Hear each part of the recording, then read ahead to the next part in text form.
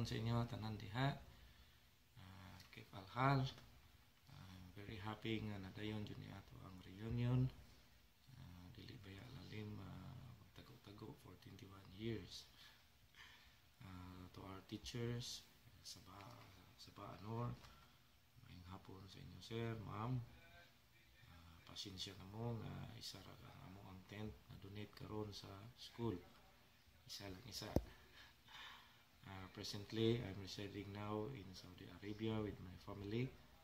I'm working as a resident construction engineer in the Royal Commission of Saudi Arabia. So, we have a free housing and annual vacation of my family and a very good salary. So, tanan, pasalamat na ako sa atong mga teachers kay nakaagwanta taon sila nato. All your teachings, exams, giving of small grades challenges me to improve more. So, wala ko karon dinhi kung dili tungod sa inyong tabang. So, thank you, ma'am, sir, for your help. I hope you continue your support for all the students now. To my classmates, sorry kaayo nga wala ko dinha karon sa atong reunion, but I'm very happy to see you all and in good health. God bless us all.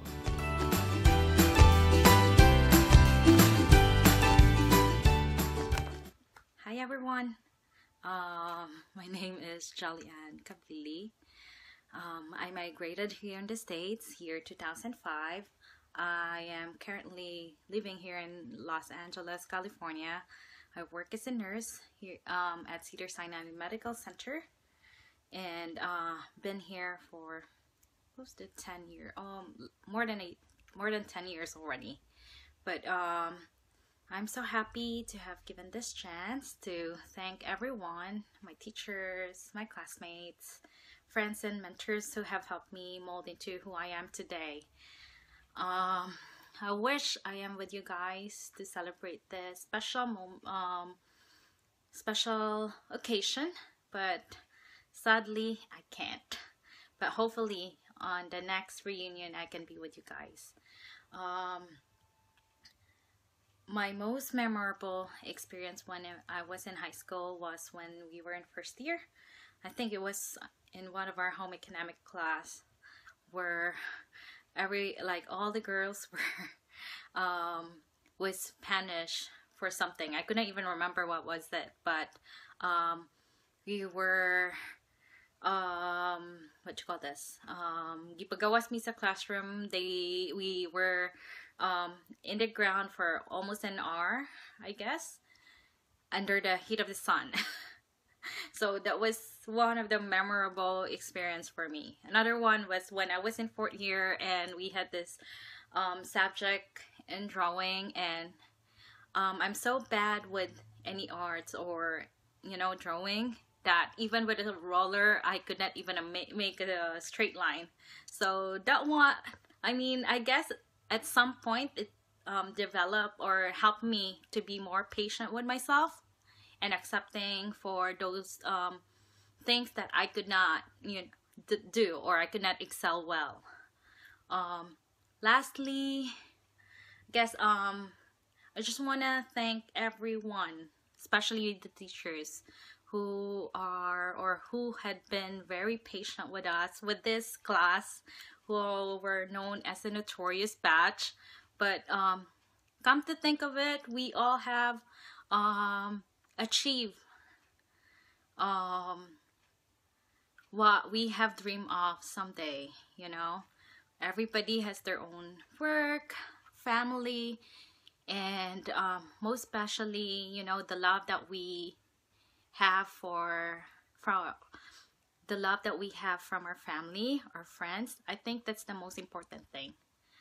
Again, thank you so much thank you so much for helping me to be who I am today and for being a part of my life. Hope to see you soon. Bye.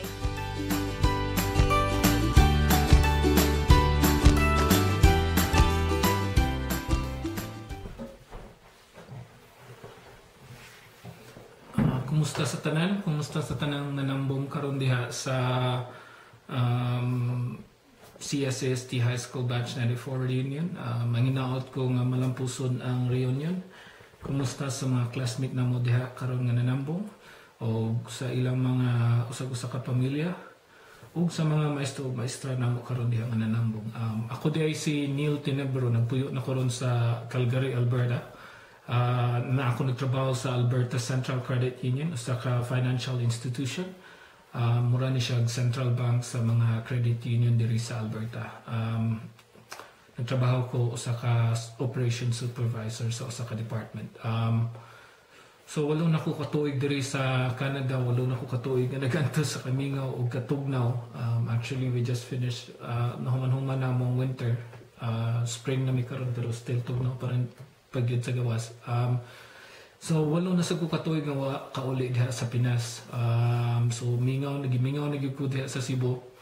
Labi na sa mga pagkaon na to diha sa lechon and pungko-pungko. So mo na yung number 1 ginakong anhaon ang pungko-pungko ini makabakasyon ko diha pohon sa atua. Dako kog pasalamat nga o proud kay ko nga usa ko sa ni-graduate sa CSAT, especially katong naapay high school ang CSAT. Actually second generation ako sa among pamilya nga ni-graduate sa CSAT kay akong tatay gikan sa ni-graduate sa CSAT, sa high school sa CSAT. Actually, dako gi kayo ang advantage kung gikan ka ni graduate sa CSAT, especially kung mag-istorya ta about technical skill. Daghan kayo may nakatunan nga mga practical technical skill. Sama sa mga let's say, ayo-ayo sa mga carpentry, which you can use pag ayo-ayo sa mga balay. Automotive used, ayos mga sakyanan, electrical, electronics, and I think most importantly is confidence. Confidence to learn new things or to adapt, especially nga daghan sa mga classmate na mga nasa laing nasod. So that confidence to learn new things and adapt is so important. And I think it's because na maayo kayo nga mo ang foundation, solid kayo ang mo foundation, so dali ra kayo may maka-adapt. And I think I just want to set one example to nga unsa mi ka proud to be a CSAT product. Diri sa Canada, especially diri sa Canada, mahal kayo ang labor diri sa mga technical job. Mutawag ka og plumber, electrician to fix a plumbing or electrical problem sa balay. Pag anha pa lang sa technician sa balay, wala pa masulbad ang problema, nag-charge na sila. So, as much as possible, I always offer help sa mga amigo na to, nga mga Pilipino diri. Or even sa mga amigo na to nga mga Canadian kung naay mga ginagmay nga ayon nun sa ilang balay, sakyanan, or mga electrical problem nga I think I know I can fix. So I always help them. So after nga sa repair, they always ask me like, Neil, nganong ka mo magkani? So my instant reply, it's always automatic. It's murag nanay script that like ni-graduate mo ko sa CSAT. So, especially kung ang katong gitabangan ako gikan sa Cebu, and they would say, oh, gikan di ka sa CSAT, mao din ka maukani. So, or like for those people who are not from Cebu or Canadian or from Northern Philippines, I always explain that if kung ni-graduate ka sa CSAT, you learned everything, like from carpentry, automotive, electrical, electronics, and even pagluto og pandesal. Well, I didn't really cook pandesal, but yeah.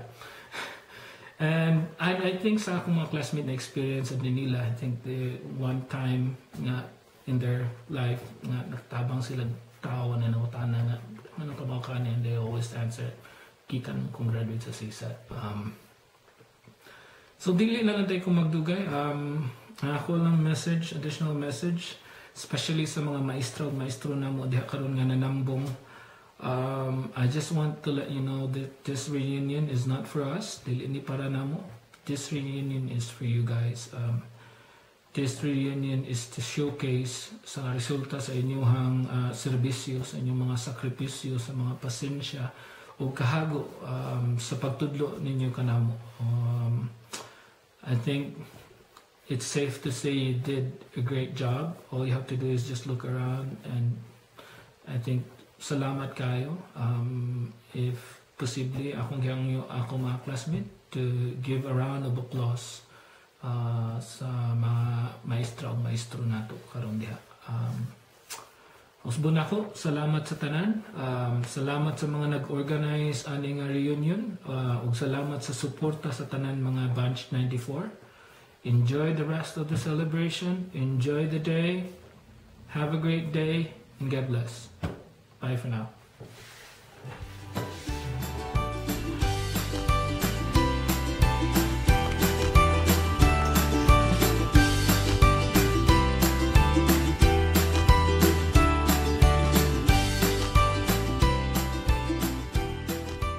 Mayong adlaw yung tanan, mga classmate, teachers, ug may nilang bisita karon diha. Assalamualaikum. Kumusta namong tanan diha? Inaot ko nga okay ra mo diha. Diri na ako nakabase karon sa KSA, Kamis Musayat, Pepsi Cola Company. 6 years na ako nag-work diri as sales analyst. Salamat sa invitation ninyo. Bisag 1 year lang ta nagkauban sa trade school, inyong gyapon kong gi-invite as part of Batch 94. Sa mga teachers na ko sa una, kumusta na mo? Among advisor, si Mrs. Climaco, si Mr. Aguilar, o parahis good lang si Mr. Maglasang, o akong coach sa baseball, si Mr. Albios. Sir, kumusta sir? Ang mga classmate na ko sa mga girls, of course, ang akong kopyahanan, si Miss Ivy Suarez. Salamat sa answer na imong gi-share, Ives. Ang uban, nakalimot na ko, pero mga print mo sa FB. Si Badal, thank you po sa invitation, ma'am. Sa mga boys, ang uban, kachatan ako sa FB. Ang pinaka-memory siguro katong sa room ni Anghing Maglasang. Kung unsay naitabo dito, everyday sa room mo, ito'y pinaka-dili gyud malimtan during trade school. O ang among utanganan sa pangupungko, sa kang Manuel na pangupungko, maputoy usapod na mga memory sa trade school. By the way, si Barry, nagka-meet me during Chemistry Congress sa SICC. Supplier mig laboratory equipment sa una. Ang company nila, isa po sa atin din. So, nagka-meet me ito. Kumusta, Bar? So, maura to. Ayo-ayon lang mo tanan diya. Sana napay next reunion na may tabo. Huwag manginaot ko na maka-attend na jud ko live. Inshallah.